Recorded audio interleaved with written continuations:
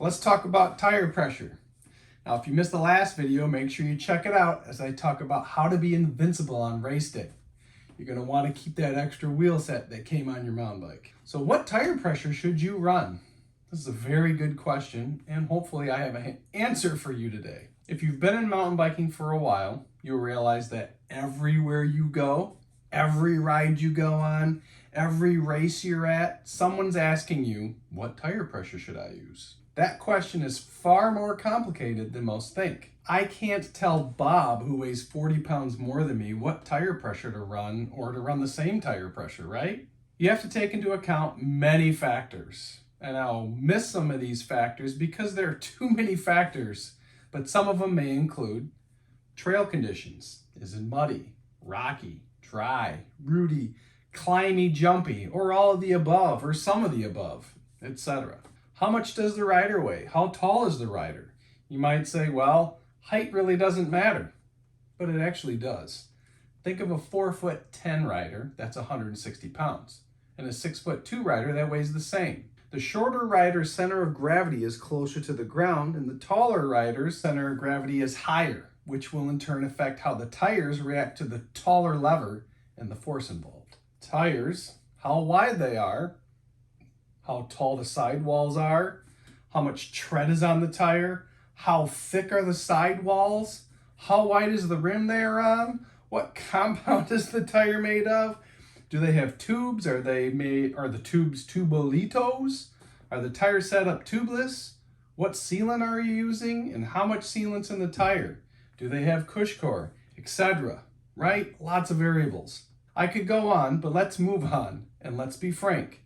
Set up your tires tubeless unless you're going to be racing in an area which will have you maybe having a lot of punctures and having to fix multiple tires.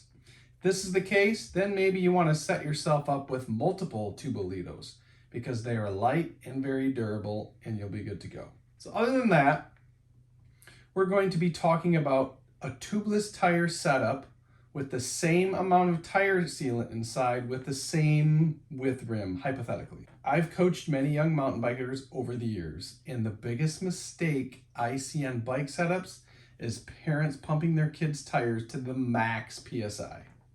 Now, kids weigh about 60 to 100 pounds, right? The younger kids, well, they're more than likely not gonna have a full suspension bike. That means they need a much lower PSI than their tires than others. This will give them some suspension. Not only do we go slower, but we stress the body out faster as well, and it can have you tired towards the end of a race.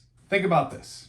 When you run high pressure in your mountain bike or cyclocross or gravel tires and hit a root or a rock, you first have to go up, which stops momentum, and then over the object before it goes forward and back down over the object.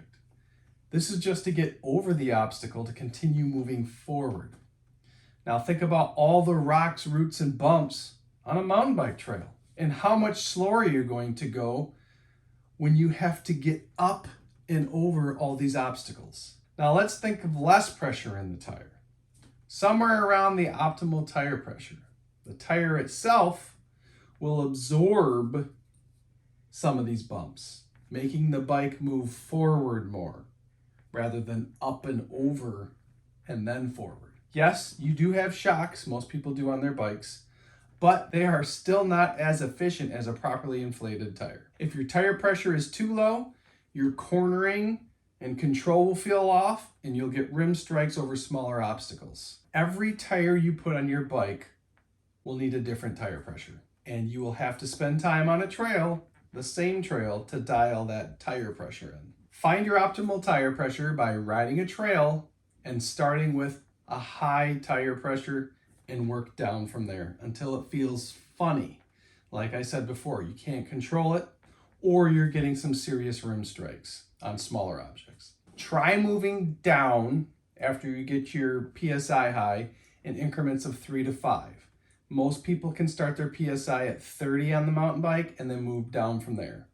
When your tires get too low again, it's not going to feel right, and it's time to add 3 to 5 PSI back into that mountain bike tire and you should feel pretty close. It should be pretty close to optimal pressure. This can be the same for a CX tire, a gravel and a road tire. You can let out 5 PSI at a time and then add back in that 5 PSI when you get to that funny control feeling because the pressures are too low. As a side note, if you're not good at riding technical stuff on the mountain bike or cyclocross, stay a little higher in pressure so that you maybe like 3 to 5 PSI higher than the sweet spot. And the reason is because some of the technical features you encounter, you can't just bash through them and have the tire absorb them. You need to have some strategy about getting a weight off maybe the front tire or the rear tire or both in certain instances on the mountain bike or cyclocross bike to avoid rim strikes or something far worse. We need to learn to think of smoother on our bike and the trail as faster and not rougher as faster.